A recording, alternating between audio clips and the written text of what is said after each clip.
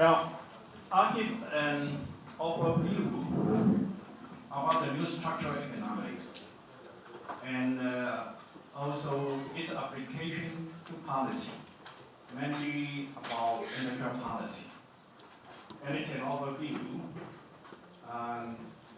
Actually, I have been given this overview many, many times.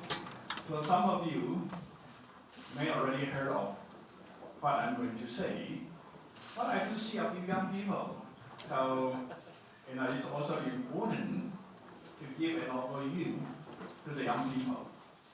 And Professor Wang Yong reminded me, since I've been too passionate about new structural economics. So in the past, often I talk for 3 hours or more without stop.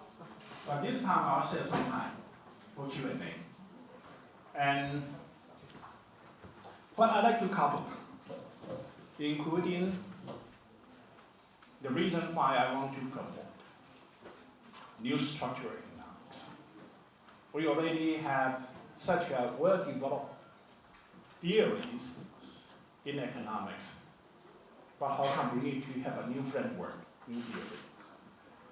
Then I'll talk about the theoretical foundation of new structural economics and provide some kind of basic framework for our discussion in this new framework of theory. Then I will cover its application about how to make industrial policies work to improve the competitiveness of an economy. Then my very short concluding remarks. Why we need to have new structural economics? We know that economic theories, the purpose is to help us to understand the economic phenomena in the world. When we see something happen in the world, we want to understand the reason or the causality behind those phenomena. And those kind of causalities cause theory. And those kind of causalities help us to understand what are the causes and generating the result. That is the phenomenon we observe. And that is the function of economic theory. But it's not just an intellectual game. It's not just an intellectual game.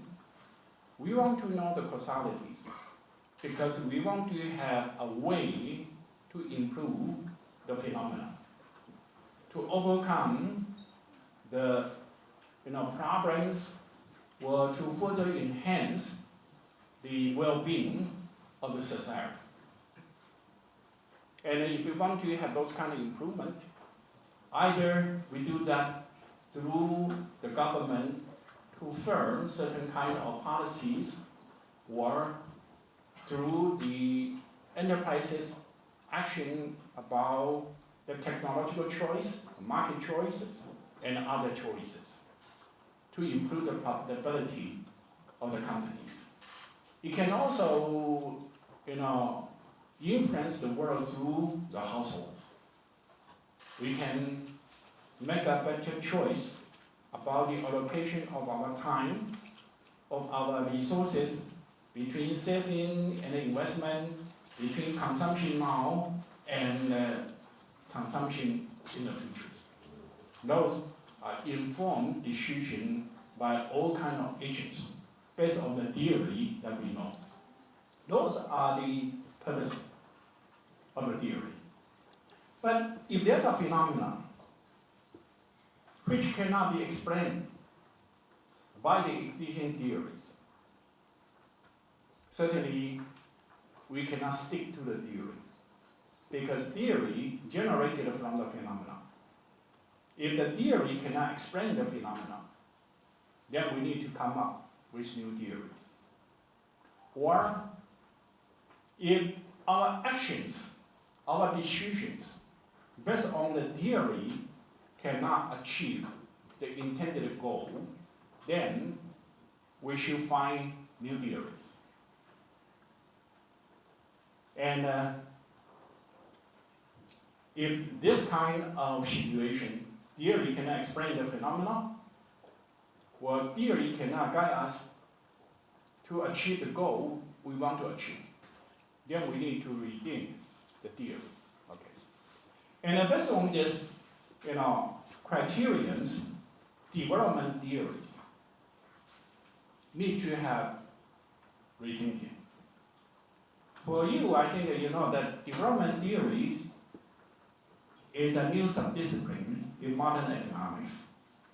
It did not come to exist only after the Second World War, when many developing countries require post-war reconstruction, or many developing countries gaining political independence from colonial power, and they want to have a modernization, industrialization of their country in order to, achieve the same status as the high-income country, as the advanced country.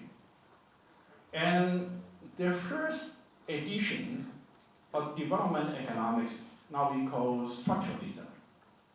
The main idea at that time was that so-called modernization is to make the country as rich as the high-income country, to make the country as powerful as the advanced country.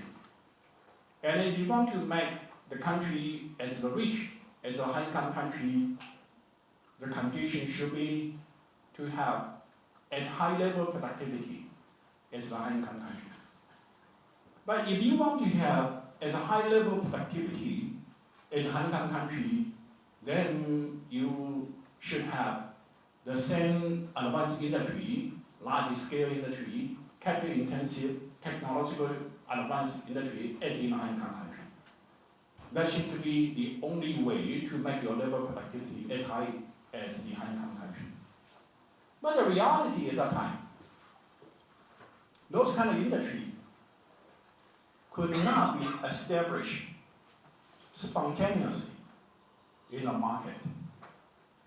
Since they could not be established spontaneously in the market, so the perception at that time was that the developing country had many reasons for market not to function well, the so-called market failures.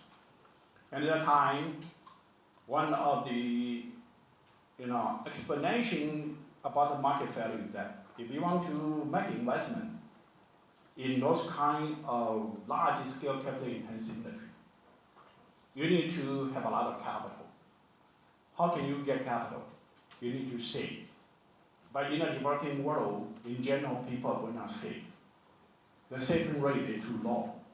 And at that time, they thought, maybe because of cultural reason or other structural reason, causing people will not to save. And by that, certainly, if you rely on market, you won't be able to make investment in those kind of advanced capital-intensive industry to make you to have as high level of productivity as a high-income country. How do you make your country strong? Certainly, you need to have very modern, advanced military, and you need to have those kind of military weapons to make your country strong, right? But those kind of military weapons, again, were produced by the advanced industry at the time. And those kind of advanced industry, again, require huge investment. But as I said, there are many perceived reasons that market cannot function to support those kind of investment. So the structural reasons, main focus was the market failures, causing the developing country could not develop those kind of advanced modern industries. And since there are market failures, the recommendation seems to be very conventional. You need to have the government to intervene to overcome the market failures, to allocate resources, to invest in those kind of industry by the direct government allocation of resources to those kind of sectors.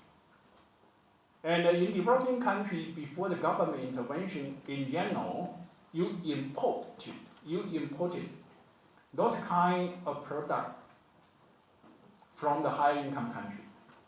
Now you want to produce them by yourself.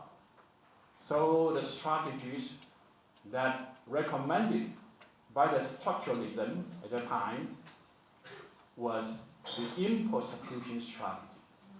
You should import those kind of product, those kind of goods, but now you wanted to produce them by yourself. So you call import substitution strategy. The argument seems to be very conventional, right? It seems to be able to help us understand the phenomenon. You are low income, you are backward because you do not have those kind of advanced industry. So your labor productivity was low, and your national defense was weak, right? Seems to be very conventional, right? It can explain the phenomena, seem to be very well, right? And the policy recommendations seem to be very logical. But the result was quite disappointing. Countries follow these strategies. They might be able to establish those kind of industries through the government's direct interventions. But in general, after they establish the industries, those kind of projects turn into the so-called white elephant. Very weak, uncompetitive, require government interventions or protection all the time. And at that time, there's an argument, Professor Zhang Mei talked about that infant industry. Those kind of industry were considered as infant industries. But after you establish them, they stay to be infant.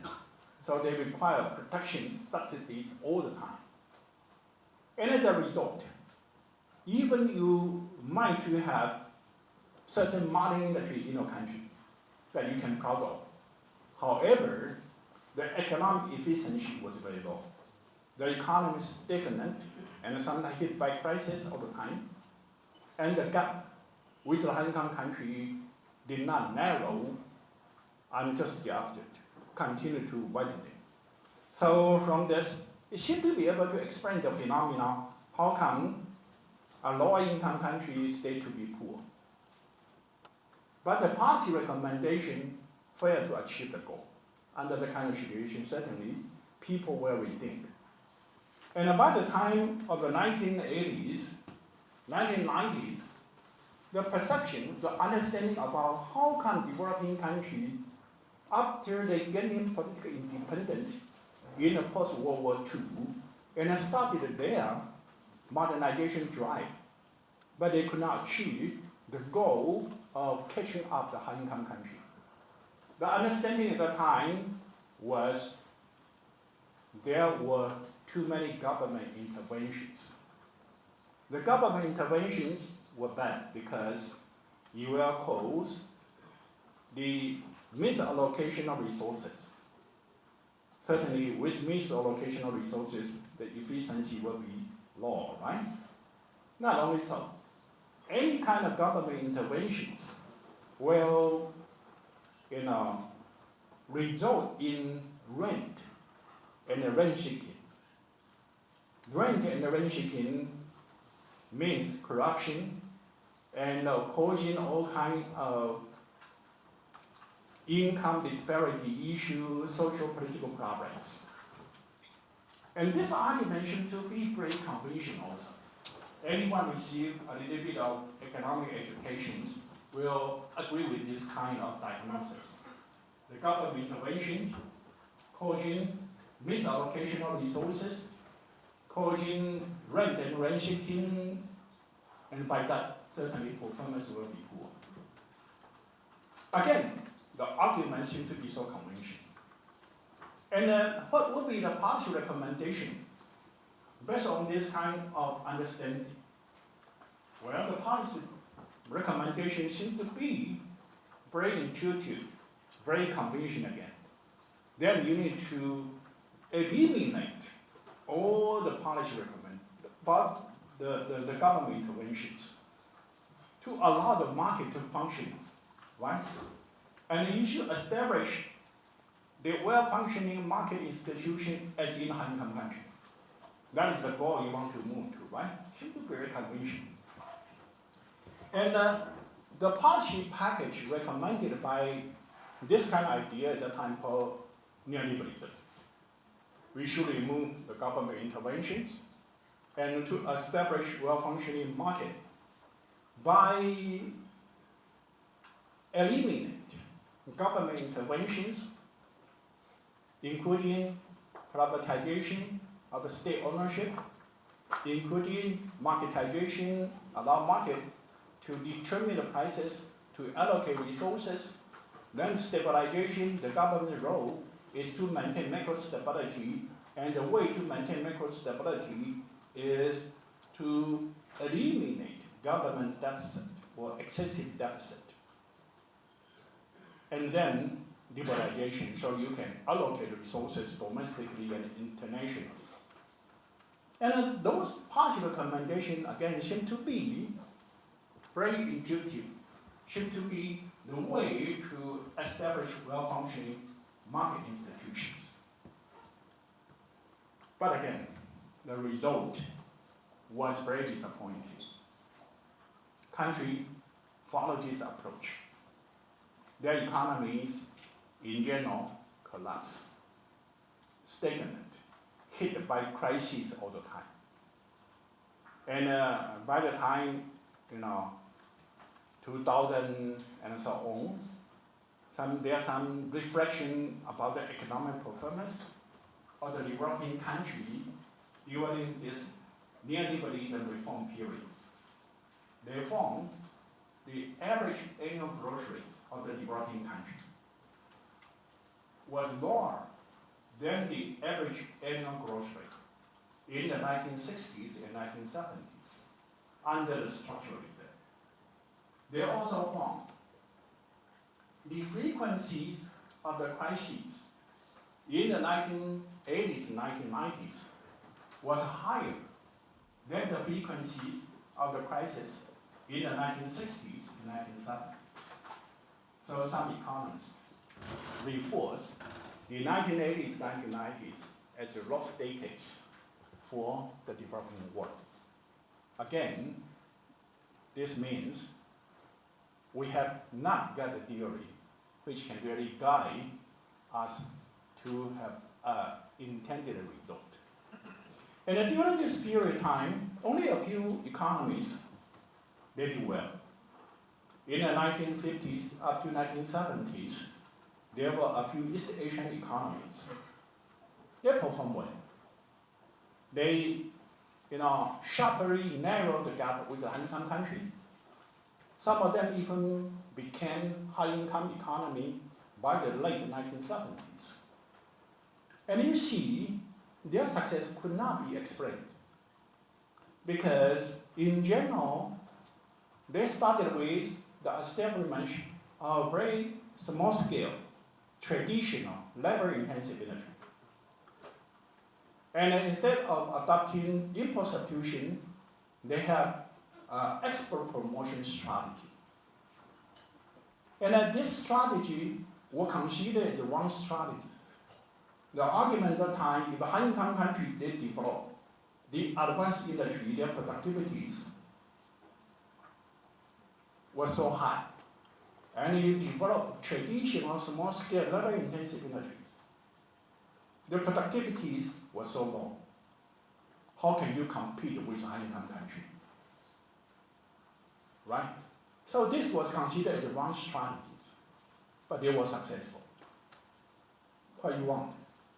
To have success, or you want your policy to be, verified, to be supported by the theory? You want the result, or you want the logic? And in the 1980s, 1990s, during the transition period, all the developing countries, because they follow those kind of import substitution strategy, they have all kind of government interventions of all the countries, transition from the government-led growth to market-oriented growth. And most countries collapse, stagnant, hit by crisis, but there were a few. One most significant example certainly is China. And not only China, actually Vietnam, Cambodia, Laos, and earlier, starting from 1970s, Mauritius, all transit from those kind of import substitution strategy to market-oriented economies. They were successful, growing very dynamically, maintain stability. But they followed some kind of dual track, gradual, piecemeal approach. And the understanding in 1980, 1990 was, if you want to have a successful transition, you should have some kind of structure to implement all the recommendations from Washington Consensus.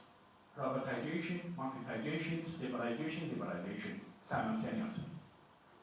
And the understanding at that time, certainly, those kind of planning economy, government growth was inefficient, so that should be replaced. And the understanding at that time, if you want to improve the performance, you need to establish market institution in a wholesale, in a package. At that time, the understanding was that the worst possible approach was to adopt some kind of gradual piecemeal. Allow, on the one hand, government continue to intervene in the market, and on the other hand, to liberalize some market forces. Those kind of halfway reform was considered as the worst possible approach. The argument at that time, and even the theory to prove that if you adopt that kind of approach, the situation will be worse than before the transition. But they were successful. There was the only small number of countries to be able to maintain stability and enjoy dynamic economic growth and closing the gap with high-income countries. Again, my question is that you hope that your action to be consistent with the theory, or you want your action may be refuted by the theory, but can get a result. Certainly we want a result. We do not want just to be consistent with the theory, right? And so their success cannot be explained. And also there are some features. Those successful economies, they were either market economy to begin with, or they are transit to market economy. So that means market seems to be important, as the neoliberalism argued. But at the same time, they all have proactive government. So the structuralism seems to be, an explanation for their success also. But they are neither in the regime of structuralism or in the regime of neoliberalism. There are some kind of hybrid of neoliberalism and structuralism. And so with this kind of umbrella evidence, certainly we need to rethink.